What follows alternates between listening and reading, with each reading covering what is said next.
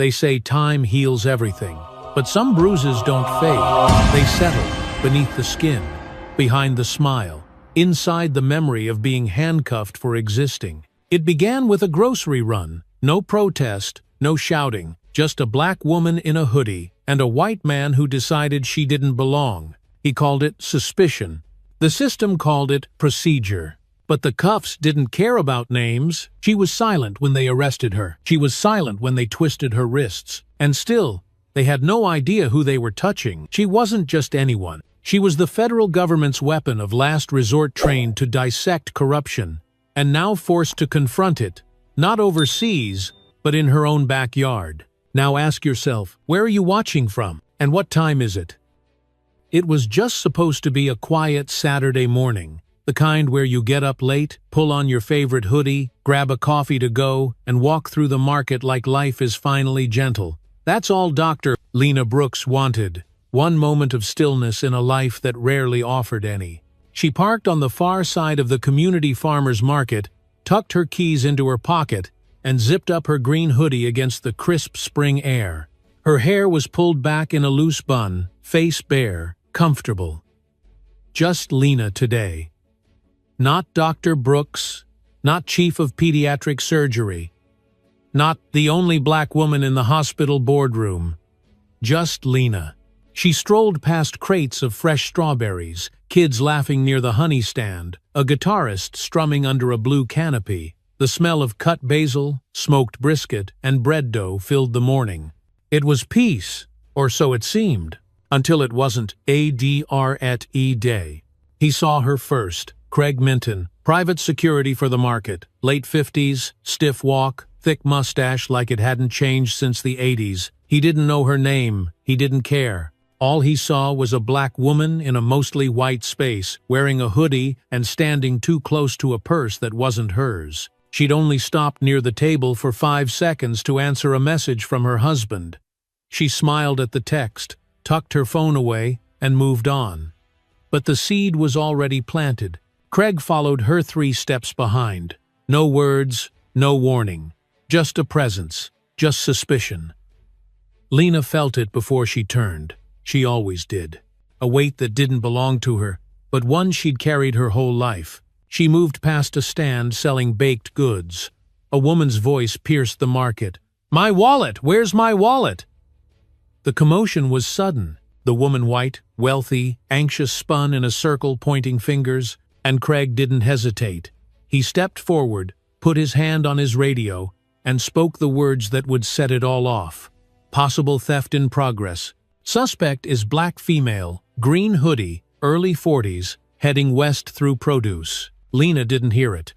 But 2 officers did. They were already at the market. Local beat cops Officer Travis Bell and Officer Kyle Dorsey. Bell was the kind of man who wore his badge like a weapon. Muscular, buzz-cut, lips curled into a permanent sneer. Dorsey, his younger partner, was quieter, tense, hesitant, a shadow always 1 step behind. They moved fast, through the crowd, across the pavement. People stepped aside. Phones came out, the world tilted, and Lena, who had just lifted a bunch of carrots, was surrounded. "Ma'am, hands where I can see them!" Bell's voice was sharp, accusatory. Lena froze. "What's going on?" she asked, calm, but already knowing. Her heart tightened. "We received a report of theft," Bell snapped. "Don't move." Lena slowly placed the carrots back. "There's been a mistake." Bell didn't care. "Turn around." "Wait, please, I'm a doctor. I work at Mercy Children's. I said turn around." People stared. Some gasped. Others just watched.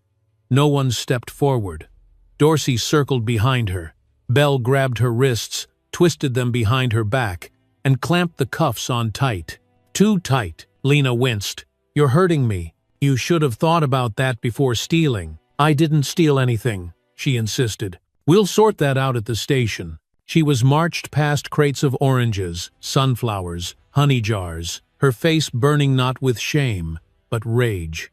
Her hands, the same ones that performed open-heart surgery on a 5-year-old 2 days ago, bruising under steel. The woman who'd screamed about her wallet? She was already apologizing to a vendor. "I just found it in my diaper bag. I guess I panicked." But she didn't go after Lena. didn't shout to stop the arrest. She vanished into the crowd. Lena tried again. "Please, let me call my husband." "Who is he?" Belle smirked. "A lawyer? A bishop? A rapper?" She took a breath. "He's with the Department of Justice." Belle laughed. "Yeah? And I'm the president." But Lena had already managed one thing before her phone was slapped from her hand. She'd tapped favorite one, just long enough for the call to connect. The phone now lay face down on the concrete. But the line was still open. Across town, in a quiet cafe full of retired officers and decorated veterans, a man's phone buzzed. He picked it up, pressed it to his ear and heard nothing. Just background noise, and his wife's voice saying, "Please, let me call my husband." Major Samuel Brooks stood up from his table without a word, his face unreadable, jaw locked. He was 5 minutes away. And Lena? She stood under the blinding sun, breathing in shallow bursts, cuffs biting into her skin. Her dignity crushed in front of curious strangers who picked tomatoes as if nothing was happening. That morning, she just wanted to buy carrots. Now, she was a headline in the making. The cuffs bit into Lena's wrists with mechanical finality.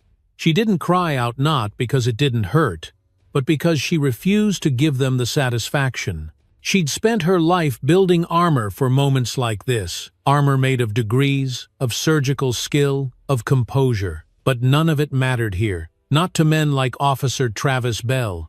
Bell shoved her forward with a heavy palm between her shoulders. The motion was firm, just shy of brutal. Lena staggered slightly but caught her footing, walking ahead of him, straight through the heart of the Saturday market. Around them, everything kept moving. A couple sampled fresh cheese. Children tugged at their parents' sleeves near the balloon stand. An elderly man inspected tomatoes as if nothing was wrong. The silence around her wasn't quiet, it was complicit.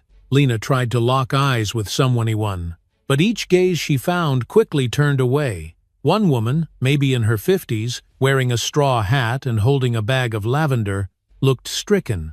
Their eyes met for a second too long. Then the woman turned and walked away. The cost of speaking up was too high. And the cost of silence, Lena thought, was always paid by someone like her. Officer Kyle Dorsey trailed behind. He was younger, less certain. His hand hovered near his weapon, but his eyes were everywhere except on hers. He looked like a man caught in a script he didn't write, mouthing lines he didn't quite believe. When they reached the curb, Bell barked, "Sit." He gestured to a low concrete ledge near the parking lot. Lena sat carefully, the metal of the cuffs digging into her bones. "My ID is in my purse," she said calmly, clearly. "It proves what I told you. I live 10 minutes from here. I'm a pediatric surgeon," Bell snorted. "And I'm the President of the United States." He smirked. "You got anything else, Doctor?" Dorsey shifted. "Maybe we should check store cameras before we—" Bell cut him off. "Procedure first. She fits the description. That's enough." Description. Lena almost laughed. She knew what that meant. The description was black. She looked down at a crack in the pavement and tried to steady her breath. Her phone somewhere near the vegetable stand was probably still on the ground. But she'd tapped it, she was sure. She had to believe the call went through, that Samuel had heard. Bell turned to Dorsey. "Go talk to Minton. Get the victim to sign something. We'll process her downtown." Dorsey hesitated. "Sir, I think the woman said she found her wallet. She was telling the vendor." Bell's jaw tightened. "You trying to undermine me, Kyle?" "No, sir," Dorsey said quickly, looking down. Lena sat quietly, watching the ritual. One man playing power, the other playing along. Her, caught between them, bruised and bound. Then it came the shift. A low, deep rumble. Not quite tires, not quite thunder. Heads turned as a sleek black SUV glided into the parking lot. It stopped with purpose, not flash. Government plates, tinted windows. Someone important. Lena didn't need to guess. She sat taller, her spine straightened as instinct, not hope, told her. Samuel was here. Officer Bell didn't notice. Not yet. He was still writing in his notepad, lips curled, proud of himself. The SUV door opened. Samuel Brooks stepped out. No uniform, no medals, just steel gray slacks, a dark blazer, and a presence you couldn't teach. The kind of presence that made noise go quiet. He walked with calm steps. No shouting, no rush.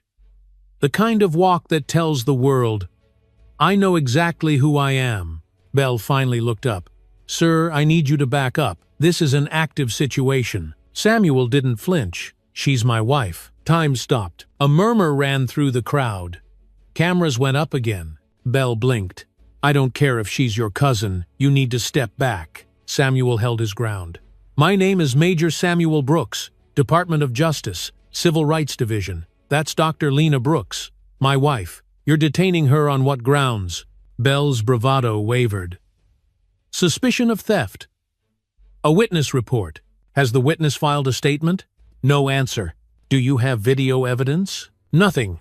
"Probable cause?" "Silence."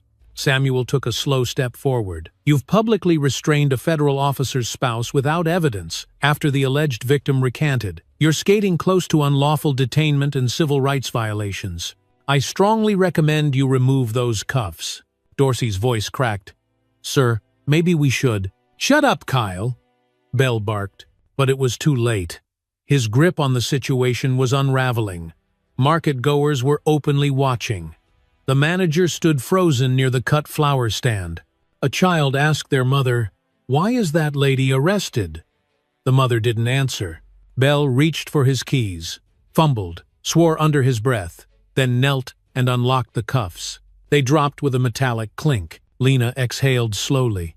She rubbed her wrists. Purple marks were already blooming under her skin. Samuel leaned in. "Are you okay?" "I will be," she whispered. Bell stood. "This whole thing got blown out of proportion." Samuel didn't raise his voice. He didn't have to. That's the excuse every system uses when it gets caught. He turned to Dorsey. "And you knew. You saw what was happening. And you stayed quiet." Dorsey looked like he might foam it. Lena stood. She didn't tremble. Her voice was low, steady. "I'll need both of your badge numbers. Now." Bell narrowed his eyes. "You think this is over?" Samuel stepped in front of Lena. His tone never changed. "Officer Bell, this hasn't even started." And from the back of the crowd, someone whispered, "That's what justice looks like." The cuffs were off, but the bruises were already forming. Lena stood beside her husband, her fingers flexing slowly, as if reclaiming her hands one joint at a time. The crowd had begun to shift, some drifting away, others lingering at a safe distance, their phones still raised like tiny judges recording every second. Samuel kept his posture steady, calm, measured, but behind his stillness was fire. Years of training had taught him not to react in the moment, but to collect, to record, and to remember. Bell's name, Dorsey's hesitation, Minton's accusation, the silence of bystanders. It was all being filed away in perfect order. Lena didn't say much. She didn't need to. The bruises on her wrist spoke for her. Officer Bell attempted a face-saving shrug. "Look, maybe it got out of hand. Happens." Samuel turned slowly. "Happens. That's your answer? To publicly humiliating a woman, an accomplished surgeon, because she fit a description?" Bell folded his arms. "We were doing our job. Number, you were doing your version of it." Bell looked away. The crowd had turned against him. The phones, once silent, were now clearly recording with purpose. Samuel stepped to Lena's side. "Let's go." But Lena didn't move. Her eyes scanned the lot until they landed on Craig Minton, the security guard. He had retreated behind a kiosk, pretending to check receipts. She walked toward him. Calm. Controlled. "Excuse me," she said. "Are you the one who called the police on me?" Minton looked up, startled. "Ma'am, there was a report. A customer said that I stole a wallet." He swallowed. "Well, someone said they saw you." She found the wallet in her own bag. Minton tried to speak, but nothing came out. Lena's voice was steady. "Do you know what would have happened if I wasn't able to make that call? If my husband didn't show up? Do you understand what you set in motion over an assumption?" He muttered. "I didn't mean any harm." "That's the problem," she said and walked away. As they returned to their vehicle, Samuel opened the passenger door for her. Before Lena stepped in, she paused, looking back at the crowd, at the officers, at the weight of everything that had just unfolded in the span of less than an hour. Inside the SUV, the air was quiet. Samuel didn't start the engine right away. Instead, he sat there with her, letting the moment settle. "I want to press charges," Lena said softly. "You will." "I want his badge. I want that store manager held accountable. I want this on record. I want every second documented." "It already is," Samuel said. "We'll take it from here." Her hand reached for his. His was already there. Back at the market, Officer Dorsey stood by the squad car, arms crossed, jaw clenched. He watched the Brooks SUV pull away, then turned toward Officer Bell. "You really messed up, man." Bell glared at him. "Don't get soft on me." Dorsey didn't answer. Across town, Lena sat in the passenger seat, watching the trees pass. Her phone buzzed. It had been recovered and returned by a bystander before they left. She looked at the notifications, missed calls, voicemails, and one video already circulating online with over 300 shares. The title read, "Black Doctor Wrongfully Detained in Suburban Market." Samuel glanced over. "Want me to make a call to the department now?" "Not yet." "Why not?" "Because I'm not done being angry." He nodded. At a stoplight, Lena pulled her sleeve up to inspect the bruises again. Purple, swollen, ugly, but temporary. "I've saved children with holes in their hearts," she whispered. "But this hits differently." Samuel looked at her. "You survived a battlefield, just a different kind." She leaned back. "This won't be ignored. It won't be." By the time they reached home, Lena was already scrolling through civil rights attorneys on her phone. She had one in Minden, an old colleague from medical school who had left surgery for law, tired of watching injustice win in silence. Samuel opened the front gate. Their home stood serene in the late morning sun, but now it felt different, like it needed defending. Inside, Lena went straight to the kitchen, poured a glass of water, and downed it in one motion. Samuel entered behind her and grabbed a notepad. "We'll need names, timestamps, a copy of the video, witness statements." "I remember all of it," she said. "I can write it down now. Do it before it fades." Lena sat at the kitchen island, bruised wrists resting on cool granite, and began writing. Outside, across the street, someone in a parked sedan watched the house. The engine idled. The windows were tinted. Samuel noticed it immediately. "What is it?" Lena asked. He didn't answer, just stepped outside, walked down the driveway, and stared directly at the car. It drove off. Lena watched through the window. "You think it's connected?" she asked when he returned. Samuel didn't hesitate. "Yes." Lena nodded. "Then good. Let them watch. We have nothing to hide." And upstairs, on her desk, her degrees hung framed on the wall. Johns Hopkins, Harvard. Her name in black letters. But none of them had protected her. What did? The call, the man sitting beside her, and the truth now captured on video for all to see. The house was quiet, but the air wasn't. It was thick with the kind of silence that knows what's coming.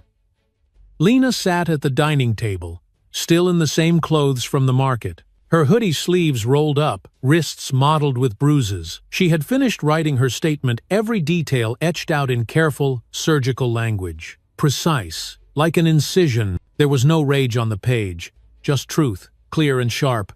Samuel sat across from her, flipping through a thick yellow legal pad filled with notes of his own. Every name, every action, every timestamp. When he worked like this, he looked more like a soldier than a husband. Focused, dead calm. "I'm going to make the first formal call," he said. "To internal affairs? To someone higher." He dialed. While the line rang, Lena stood up and walked toward the front window. The same black sedan was parked 3 houses down. Different angle this time. Same presence. Watching. "They're still there," she said. Samuel didn't flinch. "Let them watch." A voice answered on the line. Calm, authoritative. Samuel introduced himself, laid out the basics. Then he asked for a case number to be assigned before the end of the hour. By the time he hung up, a fire had lit behind his eyes. "They're opening a federal inquiry," he said. "We're officially on record." Lena nodded. "Now we get loud," she said. That afternoon, Samuel contacted a local news anchor he trusted, one of the few black journalists who still took risks with real stories. Her name was Olivia Banks.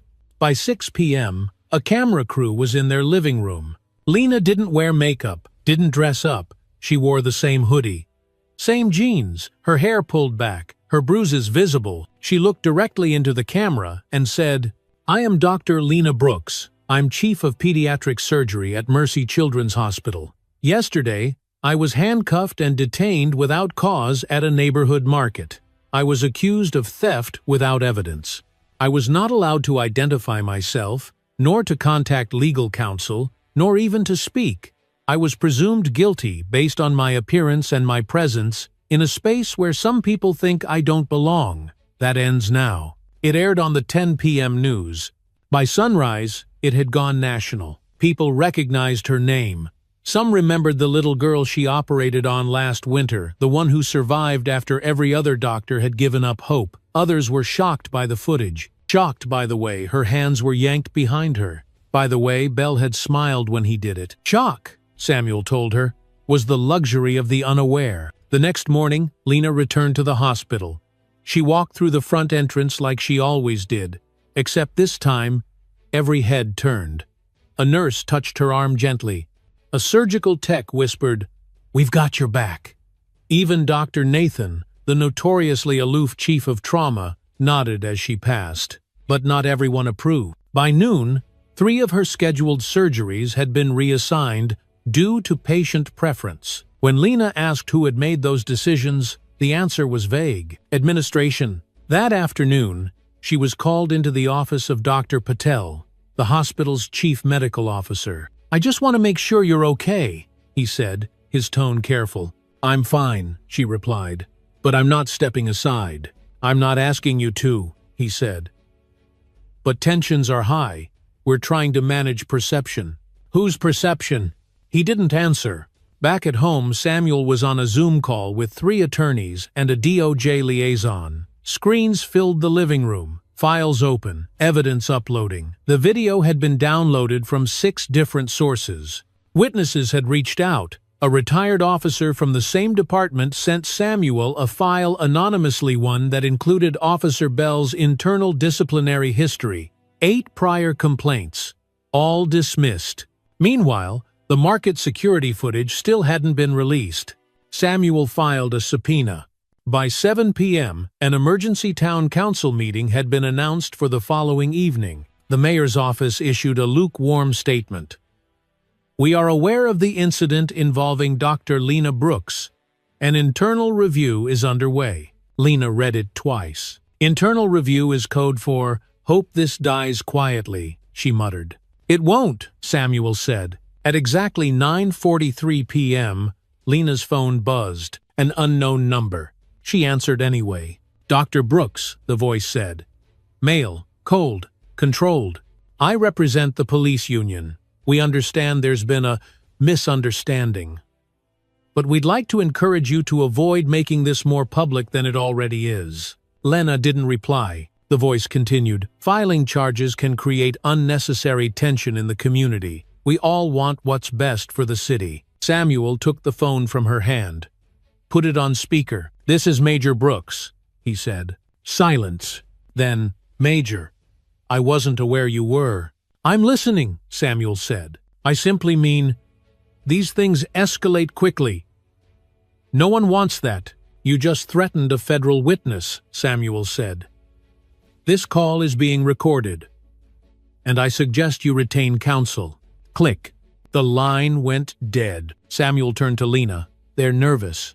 "They should be." That night, Lena couldn't sleep. She sat in her home office, looking at the framed photos of her with young patients. Lives she'd helped save. Notes from grateful parents.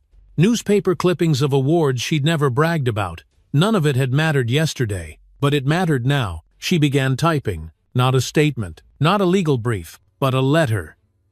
To the medical board. To hospital leadership. To every family that had ever trusted her. She called it What it feels like to be presumed a threat. And she ended it with one sentence. I am not an exception. I am the rule that keeps getting rewritten. The next morning didn't begin with coffee. It began with noise, a knock at the door, then another, then the unmistakable hum of news vans outside their home. Samuel parted the curtain and sighed. They found us. Lena didn't move from the table. She was still in her robe, her hands wrapped around a mug she hadn't sipped from. The bruises on her wrists were more purple today, more defined. She didn't look at them. She didn't need to. They were part of her now, like old scars with fresh names. On the kitchen counter sat a folded copy of the local paper. Not a national headline, not yet, but bold enough. Pediatric surgeon wrongfully detained. Doe J. opens civil rights inquiry. Her name printed in ink, her photo clipped from footage someone had captured at the market. Lena Brooks, hands behind her back, eyes calm, like a woman already preparing for battle. Samuel turned from the window. We can ask them to leave. Lena shook her head. Let them stay. Let them see. By 9 a.m., the footage from the market's security cameras had leaked. Not from the store, but from someone anonymous, someone inside, who still had a conscience. The video was clear. Lena had never approached the purse, had never stood closer than 10 feet from the woman who made the accusation. Every frame was time-stamped. Every frame was damning. A new edit began circulating online, splicing the leaked footage with the cell phone clips from the arrest. A split screen, Lena browsing produce, then Lena in cuffs. The contrast hit like a hammer. No words. Just images. Just the truth. Naked and brutal. By noon, the clip had over 700,000 views. At the hospital, things had changed. There were flowers waiting at her office door, anonymous cards, a tray of coffee with a note. You make us proud. But alongside the support came hesitation, sideways glances, conversations that stopped when she walked by, and 3 patient cancellations rescheduled. One, requesting a different surgeon. Her assistant, Jules, tried to spin it gently. It's just nerves, Dr. Brooks. Some folks get anxious when they hear the word controversy. Lena gave a tight smile. I get anxious when I hear the word normal. Look where that got me. Later that afternoon, she scrubbed in for surgery. A 5-year-old boy with a malformed valve. High risk, high stakes. The kind of procedure she'd done 50 times. But today, every move felt heavier. Not because she doubted herself, but because she knew they would be watching for any reason to doubt her. The surgery went flawlessly. As usual, she didn't celebrate, just washed up, signed the post-op chart, and stepped into the hallway. Amelia Carter caught up with her, breathless.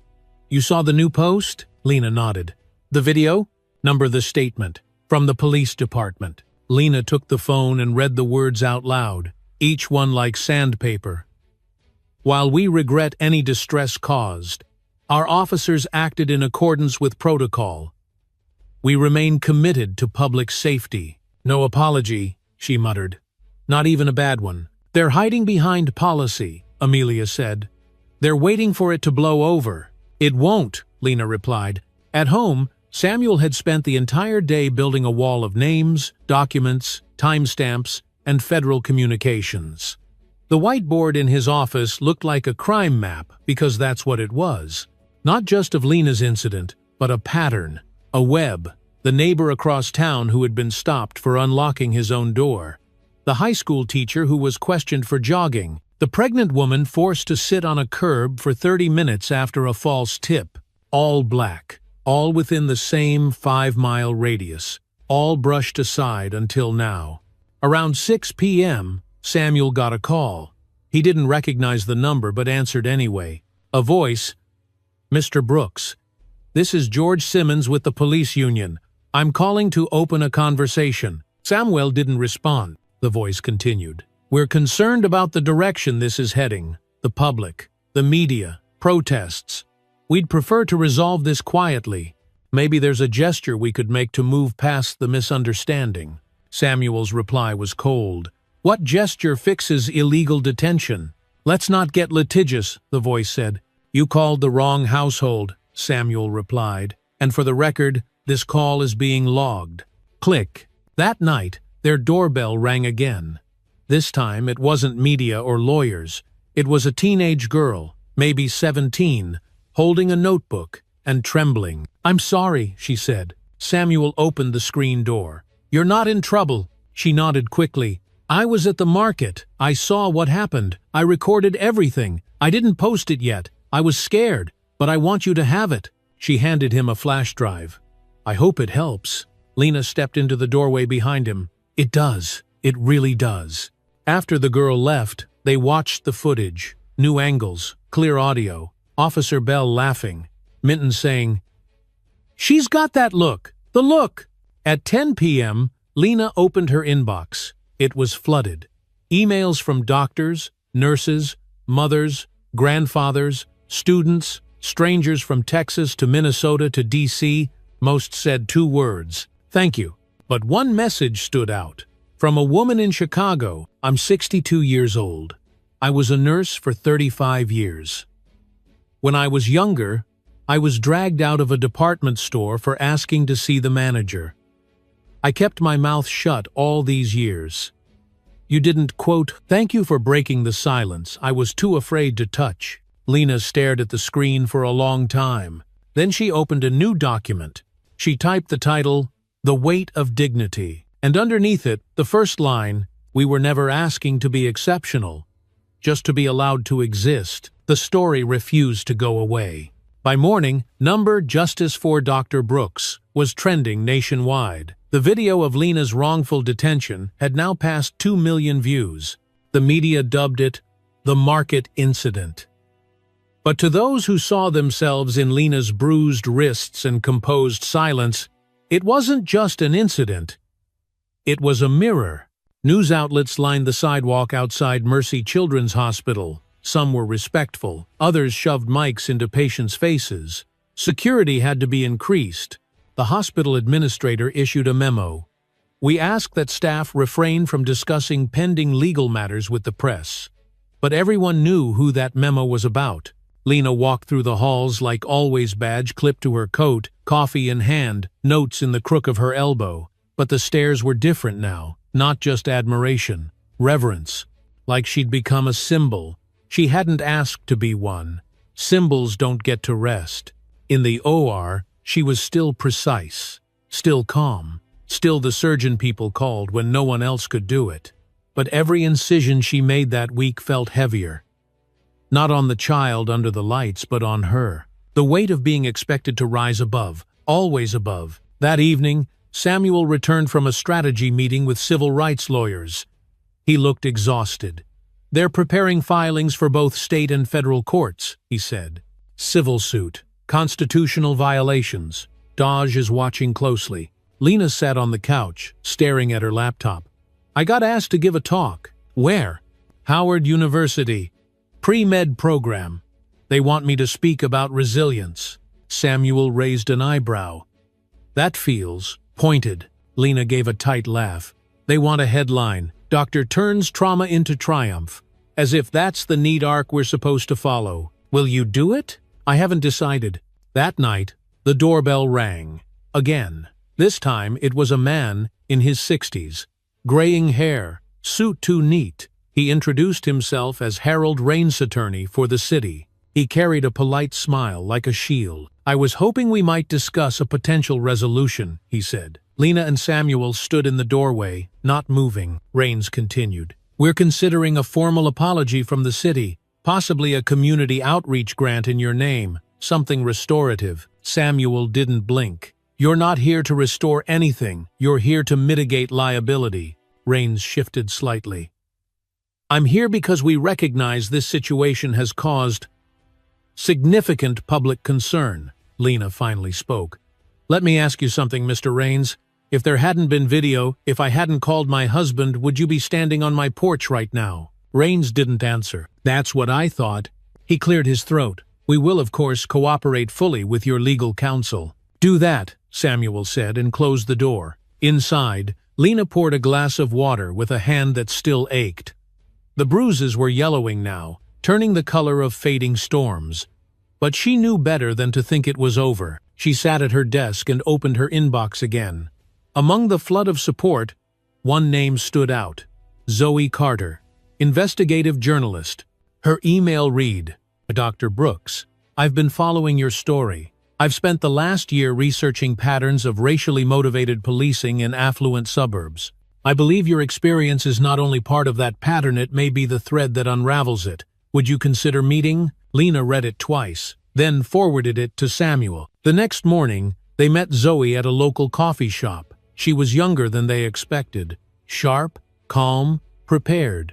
She opened a folder filled with names, timestamps, and maps. Heat maps showing stops, detainments, police calls, all disproportionately targeting black and brown residents in the wealthiest neighborhoods of the city. "This," she said, "is not coincidence. It's policy, unwritten but enforced." She showed them records.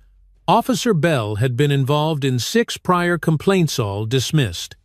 Officer Dorsey, 3. The Homeowners Association in Oak Ridge Hills had requested extra patrols, specifically from officers who understood the community's standards. Lena leaned back. "So we weren't profiled by chance. We were selected." Zoe nodded. "Your arrest wasn't an overreaction. It was part of a system built to discourage presence." Samuel closed the folder slowly. "Then let's expose it." That night, Lena couldn't sleep. She stood on the back porch, barefoot on cold stone, looking at the sky. She thought about her patients, about the girl who called her the heart fixer, about the boy who gave her a drawing with "thank you" spelled wrong, about the weight of excellence, the myth of safety. Inside, her phone buzzed. Another email. From the mayor's office this time. "Dr. Brooks, we'd like to formally invite you to speak at next week's Public Safety Forum. We believe your voice is essential in this conversation." Lena stared at the screen. Essential. Not long ago, they wouldn't have even returned her call. She looked up at the sky again, whispered to herself, "They want my voice now. They'll get it." The council chamber was full, but no one moved. Lena stood behind a polished wooden podium, the city seal etched in brass beneath her fingertips. She scanned the crowd not with fear, not with pride, but with a steady gaze that had spent a lifetime absorbing rooms that didn't want her in them. To her left, the mayor, the police chief, several city officials trying to look neutral. To her right, journalists adjusting tripods, live streams glowing on phones. Behind them, citizens, some standing for her, some watching out of morbid curiosity, some folding their arms like this was just a scheduling inconvenience. The moderator introduced her. There was no applause. Lena didn't wait for it. She adjusted the mic, cleared her throat, and spoke. "I'm not here to make anyone comfortable." The statement landed like a slap. Silence followed, then stillness. Even the reporters paused their typing. "I'm here because I was cuffed, humiliated, and presumed guilty for shopping while black in a neighborhood I live in. And I wasn't surprised. Because what happened to me doesn't just happen. It's trained. It's repeated. It's expected. And it's protected." She let that settle, then continued. "Here's what I want. I want a permanent civilian oversight board with subpoena power. I want officer body cams to be active at all times, or the footage is deemed tampered. I want the HOA contracts with law enforcement made public. And I want every citizen in this room to know this doesn't end with an apology." One man in the back clapped. Others joined, hesitant at first, then louder, then unified. Lena stepped back. She hadn't raised her voice. She didn't need to. Samuel sat in the front row, hands folded. He didn't smile, but his eyes never left her. The mayor thanked her formally, nervously, and promised a review of policy. But Lena could already feel it. The tide wasn't polite anymore. It was rising. After the meeting, Zoe Carter approached, her phone still recording. "They listened," she said. "No," Lena replied. "They heard. Listening comes next." The following morning, Zoe met Samuel at the Department of Justice field office. She handed over what she'd been holding back until now, a printed PDF. Dozens of pages. "Internal communications," she said, "leaked from someone inside the precinct. It's worse than we thought." The messages were clear. Officers sharing warnings about unfamiliar vehicles, celebrating each soft removal. A group chat called Zone Watch laid it out like a playbook: who to follow, which residents complained the most, on what language to use in reports to avoid sounding discriminatory. One message chilled Samuel. Letting the wrong people get comfortable ruins the property line. The timestamp was 2 days before Lena's arrest. He took a deep breath. This is no longer a story, it's a case. Back at home, Lena reviewed affidavits from other victims now stepping forward. A black real estate agent followed while showing a home.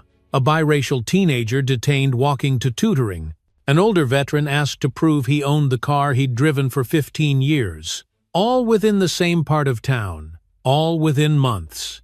The law firm handling Lena's civil suit began adding names to the class action. Her name was first. That weekend, the hospital board called an emergency meeting.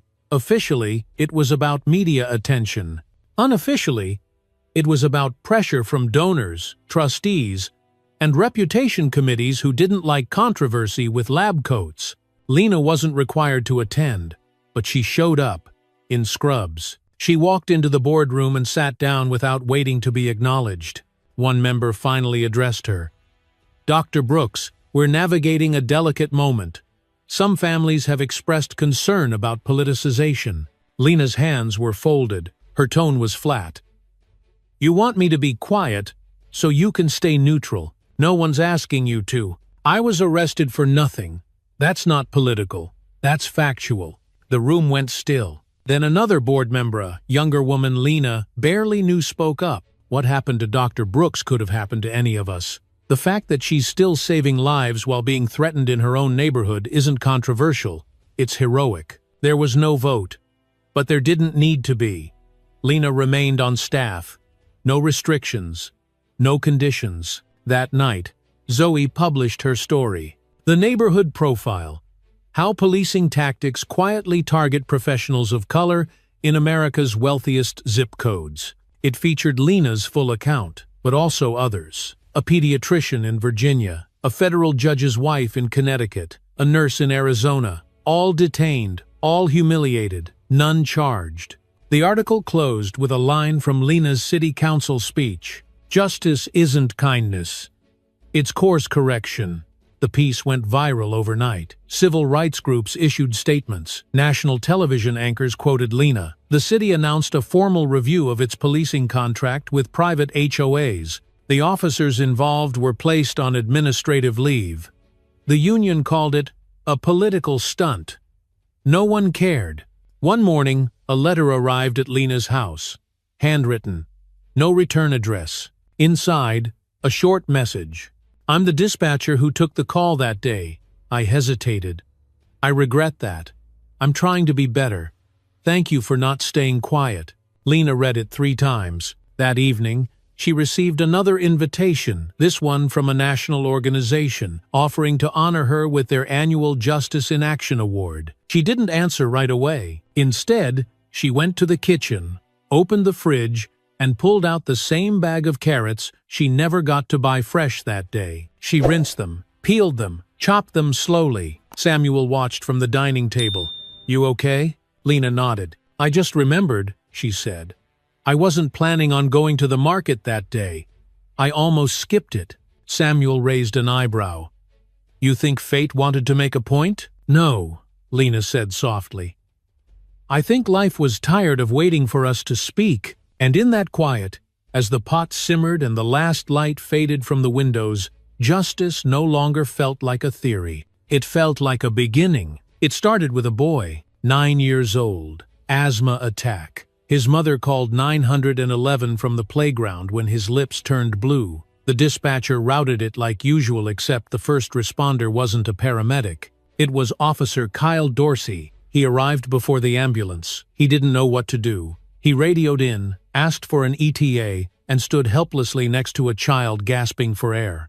The boy survived, barely.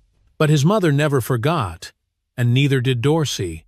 The body cam footage from that call resurfaced after the article dropped. It showed a young officer with panic in his eyes, realizing he'd been sent without proper training for a medical emergency. The public saw him for the first time as a shadow of Officer Bell. But as a scared kid in uniform, caught in a system that never cared whether he was ready. Lena watched the footage on her phone, late at night, lying on her side while Samuel slept beside her. She didn't feel pity, but she felt something close to clarity. The next morning, she received a call from Dorsey himself. "Dr. Brooks," he said quietly. "I know I don't have a right to ask, but I need to talk. Not to defend myself. Just to explain." Lena hesitated, then said, "Meet me at the church on 12th and Bay, noon." She chose the sanctuary because she wanted a place where the walls had heard confessions before. Dorsey arrived early. He wasn't in uniform. He sat in the last pew, hands clasped like he wasn't sure what to do with them. When Lena walked in, he stood. "Thank you," he said. "Don't thank me, just speak." He did, for 15 minutes, about fear, about Bell's control, about how silence became survival, about the look in Lena's eyes that day, how it had haunted him every night since. When he was done, Lena looked at him. "You knew it was wrong." "I did." "You still cuffed me." "I did." She nodded slowly. "And now you want to feel better." "No," he said. "I want to do better." Lena didn't forgive him. Not yet, maybe not ever. But she gave him something harder. A task. Write your statement. Everything. Every time it happened. Name names. If you're ready to stop being complicit, start by telling the truth. He nodded. "You'll get it tonight." That evening, Samuel received an encrypted file. It contained dates, messages, screenshots, directives all from inside the department. Some were damning, others were devastating. The file revealed Bell had coordinated dozens of targeted patrols requested by HOA members. The phrase "unfamiliar presence" appeared in nearly every report. One email from the HOA president even read, "Let's avoid a situation like the Brooks thing happening again. They bring too much attention." That sentence cracked something wide open, because now it wasn't just policing. It was organized exclusion. Samuel forwarded everything to the DOJ, the attorneys, and Zoe Carter. Zoe's next story was sharper, more aggressive. Headline: Containment by Code. How HOAs and local law enforcement engineer modern segregation. It detailed how suburban homeowners associations used complaint patterns to justify police overreach, how they formed back-channel relationships with departments, and how Black Homeowner 7 professionals were consistently labeled as threats when they didn't fit the profile. Lena sat at the kitchen table as the story went live. She was holding her phone, but not reading. Her eyes were fixed on a photo beside the fridgone of her in med school, wearing a white coat that was too big, standing next to her father. He'd once told her, "You'll need to be perfect so they can't touch you." She was perfect, and they still had. The fallout was swift. By the end of the week, Officer Bell was suspended pending formal misconduct hearings. Officer Dorsey, under legal counsel, testified voluntarily to the DOJ. The HOA president resigned, and Lena received a letter from the Office of the Attorney General requesting her participation in a federal working group on race, housing, and policing. She didn't reply immediately. Instead, she visited the boy with asthma, brought by his mother to the hospital for a follow-up. She examined his lungs, listened to his breathing, then knelt beside him and asked, "Do you know why you're here today?" He nodded. "Because my mom wouldn't stop yelling until someone listened," Lena smiled. She was right to yell. As they left, the mother pulled Lena aside. "You didn't have to come," she whispered. "But you did." Lena squeezed her hand. "We always have to come back for each other." That night, Lena stood in her driveway and looked down the street.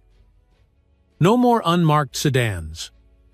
No more silent watchers. Just quiet. But not the kind that follows fear, the kind that means they were being heard. The hearing room wasn't built for reckoning, it was built for routine, for procedure, for the comfortable shuffle of half-truths passing through polished doors. But today, something different had arrived. Lena sat near the front, not out of obligation, but out of principle. This was the session where the city's Civil Oversight Committee would deliver their decision on Officer Travis Bell. Around her, every seat was filled. Local activists, journalists, citizens who hadn't cared about City Hall until last month, and others quiet faces who had experienced what Lena had, but never had the words or the proof to speak it. Bell sat at the defense table with two attorneys from the union. His uniform was gone. He wore a gray suit that didn't quite fit, his tie too tight around a neck that kept twitching. He looked tired, and not from guilt, from consequence. The chairwoman began by reading the investigative summary aloud. Based on sworn testimony, verified body camera footage, department communications, and witness statements, we find sufficient cause to pursue formal charges of racial profiling, abuse of authority, and conduct unbecoming of a peace officer. Bell's lawyer cleared his throat. We maintain that Officer Bell acted within the constraints of the information he had. He responded to a credible report, used standard protocol. No, someone from the audience muttered. The lawyer raised his voice. We ask the committee to view the totality of circumstances. But the committee had seen the totality.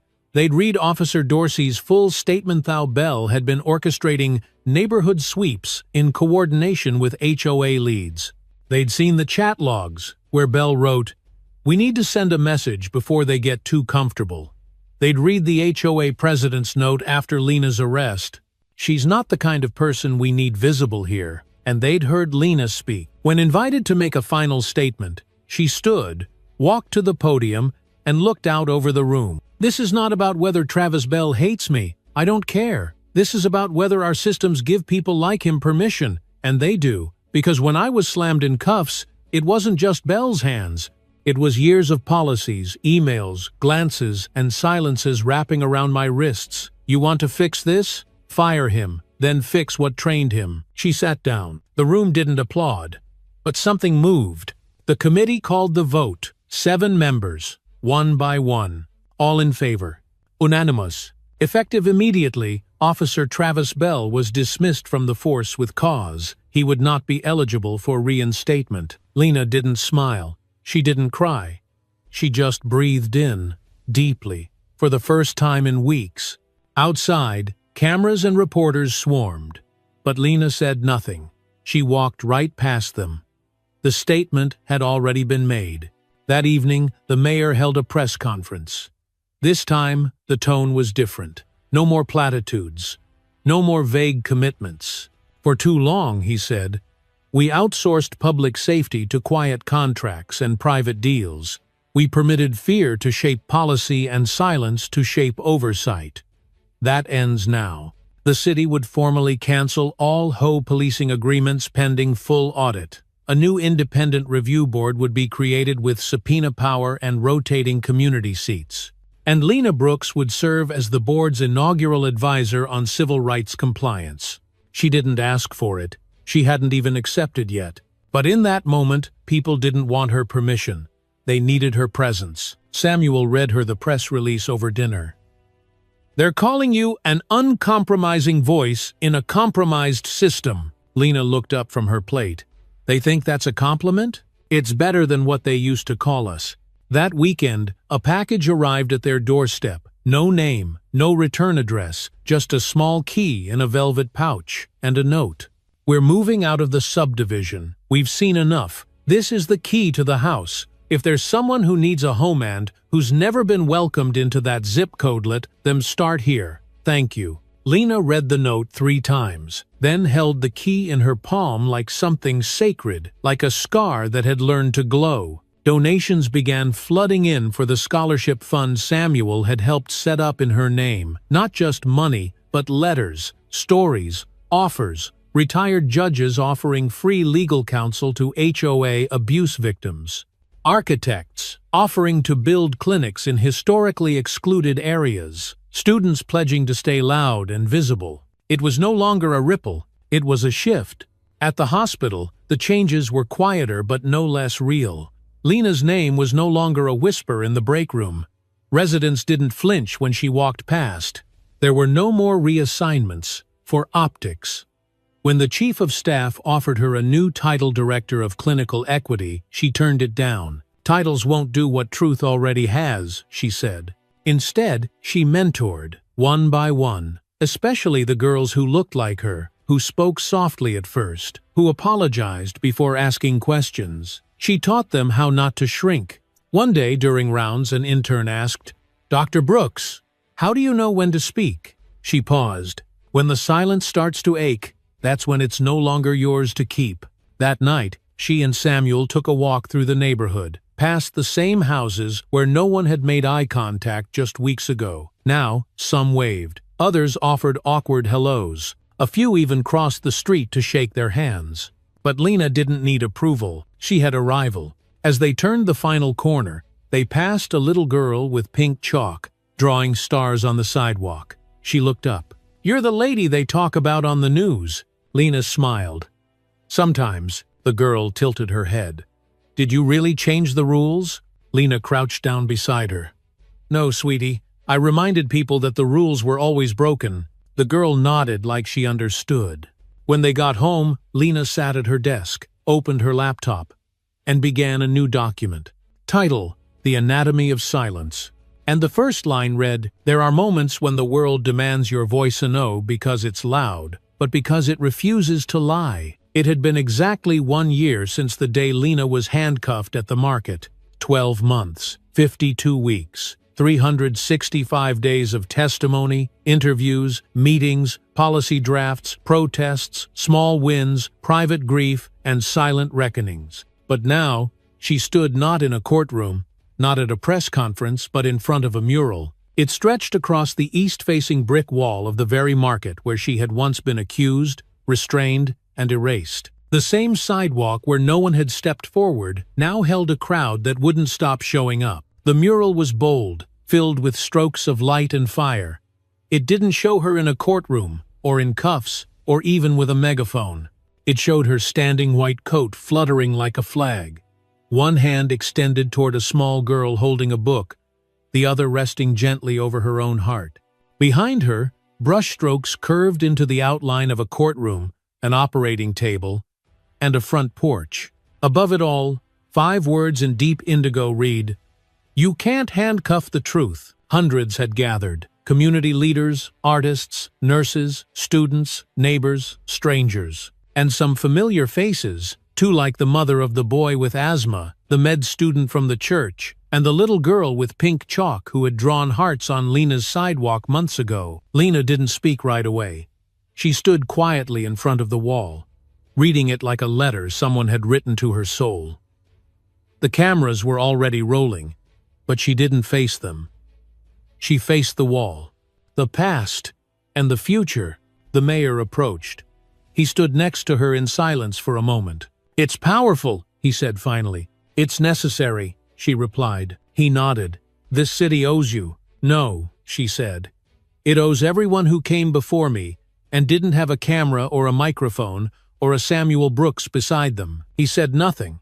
She didn't need him to. She and Samuel left quietly, walking away from the noise toward the hospital. She had 3 surgeries that afternoon. The children didn't wait for news cycles. As they reached the entrance, a young boy with glasses ran up to her. "Dr. Brooks, we drew you in art class." She smiled. "Did you make me taller?" He grinned. "No, but I made your cape longer." Lena laughed. "Smart choice." Inside, everything looked the same. Nurses checking vitals, machines beeping softly, interns whispering in hallways. But the energy had shifted. Not because the building changed, but because she had. That afternoon, she saved a child's heart. In the evening, she met with the DOJ working group. It was no longer about a case. It was about creating systems that protected, not punished, presence. Lena sat beside community organizers, federal attorneys, mothers, and educators. They weren't debating if change was possible. They were drafting how. One official asked her, "Where do we begin?" Lena replied, "By understanding that reform is not an event, it's a habit." They listened. Later that week, she returned to the same sanctuary where Dorsey had asked for a chance to make things right. This time, She wasn't meeting someone. She was speaking to a group of high school students from across the district. She told them what no one had told her at their age. That voice in your chest, the one that feels like a fire, that's not anger. That's recognition. That's your spirit saying, "This doesn't fit me. Don't ignore it. Don't outgrow it. Let it grow with you." A young girl raised her hand. "Were you ever scared?" Lena smiled softly. "Every day. But I did it scared anyway." After the session, she received a folded note from one of the students.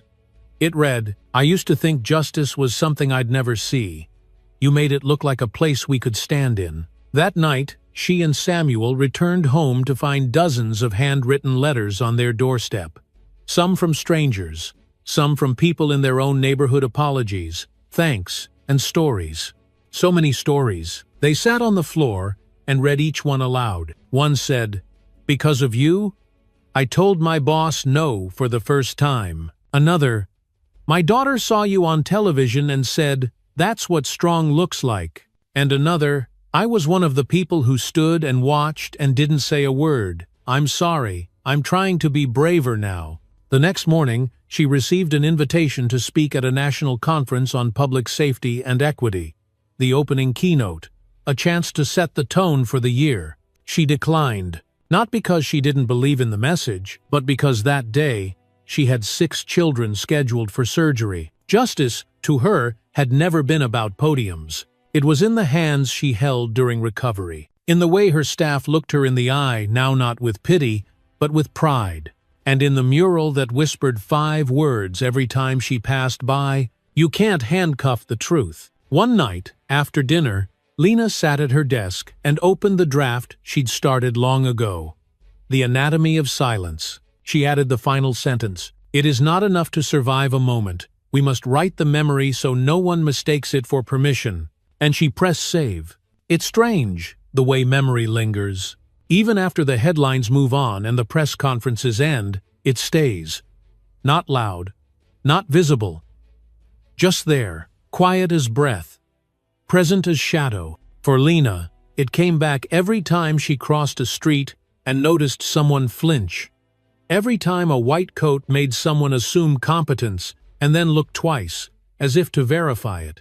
Every time a siren passed and the muscles in her shoulders tensed without her permission. 1 year after her arrest, the world had changed, but not as much as people said. Justice, she'd learned, was not a door you walked through. It was a hallway you had to keep sweeping. That winter, she received an email from the Department of Justice. A new national program was being developed, Truth in Practice, designed to bring doctors and officers into the same room, not to perform, but to reflect. They asked her to help lead it. At first, she considered turning it down, not because she didn't believe in the work, but because she was tired. So tired. But Samuel said something that stopped her. They don't just need a teacher. They need someone who remembers what the cuffs felt like. She said yes. The room was neutral. Beige walls, government coffee, fluorescent lights that buzzed when the silence went on too long. There were 30 professionals. 15 from medicine, 15 from law enforcement. Some wore uniforms, some wore scrubs. A few wore guarded expressions like armor. Lena stood at the front with no slides, no statistics. She opened with one question. "What's the name of the last person you judged without speaking to?" The air went still. One ER nurse answered first. "A teenage boy. I assumed he was faking his symptoms. Turned out he had a spinal infection." Then a lieutenant. "A woman called in for help. I thought she was hysterical. Her husband had fractured her ribs." And then silence again. Lena nodded. "We all carry assumptions. The problem is what we do with them, and who pays the price." For 6 weeks, she guided them through scenarios, interviews, and reversals. A black resident role-playing a traffic stop. A police captain asked to defend his biases in front of a Latina nurse he once dismissed. No one was allowed to escape discomfort. One session featured a 30-second video. It was her video. The market, the cuffs, the silence. She didn't narrate it. She just pressed play. After it ended, no one spoke. Then, a paramedic whispered, "I saw someone who knew what was about to happen and still hoped she was wrong." a detective added. I saw all of us, looking away. Lena didn't flinch. Now you understand the difference between being safe and being seen. By the final session, even the ones who arrived skeptical were different. Eyes met hers longer. Questions landed deeper. One officer asked, "What do you say to your own family after something like that?" Lena paused, then answered softly, "You tell them that silence has weight, and you won't carry it anymore." The program went public after that. Headlines came again, not about pain this time, but process, proof that minds could bend, that listening could be taught. Still, Lena didn't bask in the attention. She returned to her life, surgeries in the morning, policy meetings in the afternoon, and late at night, a laptop screen glowing as she finished the book she once promised herself she'd never write. She called it testimony, not a memoir, a record. It wasn't just her story, it was her father's, her mother's, her students', her patients', her community's. A chorus of lives that had once been turned into footnotes. One chapter was called, When They Look Through You. Another, When You Stay Anyway. That spring, the mural was updated again. Not by commission, but by community. A new phrase appeared under the image of Lena in her white coat. We don't leave when it gets quiet. One day, Lena stood in front of it with a group of schoolchildren sketching it for a class project. One boy asked, "Is it weird seeing your face on a wall?" Lena smiled. "Only when I forget who it's for." The teacher explained the assignment. Each student was to write a sentence about what the mural meant to them. When they finished, the teacher read them aloud. One girl's voice rang out. "It means the truth has hands, and sometimes they wear gloves." Lena closed her eyes for a second, held it. Later that week, she was invited to a roundtable discussion at the White House. She almost declined again. But then a message came through from a young officer who had been in the pilot class of the Truth in Practice program. It read, "I used to think I was trained to protect. I was trained to control. You helped me see the difference." She packed her bag. At the event, as leaders spoke about legislation and cultural reform, Lena didn't interrupt. She waited. And when the moderator finally turned to her and asked, "What's your advice to everyone here?" she said, "Don't try to fix what you're not willing to feel. Don't talk about trust if you're afraid to listen. And don't ask us to carry the burden alone just because we're good at it." There was silence, the good kind, the kind that listens. When she returned home, Samuel was waiting on the porch with 2 cups of coffee. He asked, "How was Washington?" Lena smiled, still learning how to listen. He handed her the mug. "So are we all." They sat, side by side, as the light shifted across the street. One neighbor passed with a wave. Another stopped to chat. There was no pageantry, just quiet recognition. And when the porch light came on, and the night arrived gently, Lena whispered something under her breath. Still here, still teaching, still standing, still becoming. In the end, the story was never just about Lena. It was about what comes after the apology, after the arrest, after the news cycle forgets, after the world has moved on but you haven't. That's where the real test begins.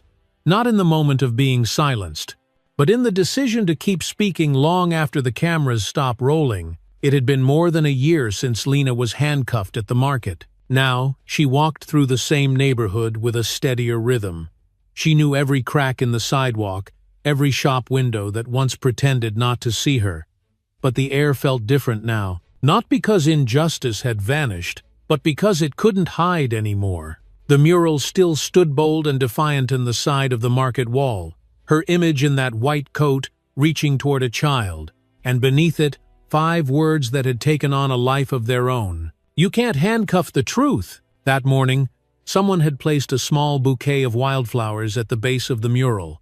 No note, just color, just care. Lena touched the petals gently before continuing down the street. She had somewhere to be. At the elementary school 2 blocks away, a 5th grade class had written her letters. Their teacher invited Lena to visit, and she agreed not because she wanted recognition, but because she remembered what it felt like to be 9 years old and invisible. The children sat cross-legged on the carpet, eyes wide, hands raised before she even introduced herself. One girl asked, "Is it scary to make people listen?" Lena smiled. "It's scary to realize they weren't listening to begin with. But once you speak up, it gets easier to keep doing it." A boy in the back asked, "Did they say sorry?" "Some did," she replied. "Some didn't, but I didn't wait for an apology to move forward." They gave her a stack of letters before she left, drawings of her in her lab coat, pages that read things like, "Thank you for being brave," and "You make me want to try harder." She read everyone that night with a cup of tea in her lap and Samuel beside her. "You're building something," he said. "I'm just keeping the light on," Lena replied. "So the next person knows where to stand." The next day, she returned to the clinic, where she now volunteered twice a week. It wasn't fancy. A few folding chairs, a blood pressure machine held together with tape. But people came. Mothers, fathers, grandparents, students, undocumented workers, delivery drivers, people who had learned, finally, that she would see them without judgment. She walked one patient through a diabetes diagnosis, translating medical terms into something her son could understand. She referred another to a specialist who owed her a favor. She hugged a woman who said she hadn't seen a doctor in 10 years. "You made it feel safe," the woman whispered. "That's what it should have been all along," Lena replied. In the afternoons, she returned to the hospital. Her badge still read Chief of Pediatric Surgery. She still scrubbed in, still coached interns through complex repairs and delicate closures, still spoke softly in the OR. But now, when she entered a room, people didn't just see a doctor, they saw a standard. It wasn't something she flaunted, but it followed her. One intern asked, "How do you stay strong after everything?" Lena replied, "I don't stay strong, I stay honest." That's what makes it possible to keep going. By spring, her book was finished. Not a memoir, but a manifesto. She called it Testimony. The last chapter was titled, "If You're Reading This, Don't Stop." The final paragraph read, "If they ask you to wait, don't. If they tell you to lower your voice, raise it. If they say the rules are already written, pick up a pen. If they try to make you small, remind them who you are. And if they pretend not to see you, stand anyway." She mailed free copies to every public school library in the district. No press, no announcement, just pages waiting to be found. That summer, the City Council passed the first ordinance requiring independent racial equity audits for every HOA police contract.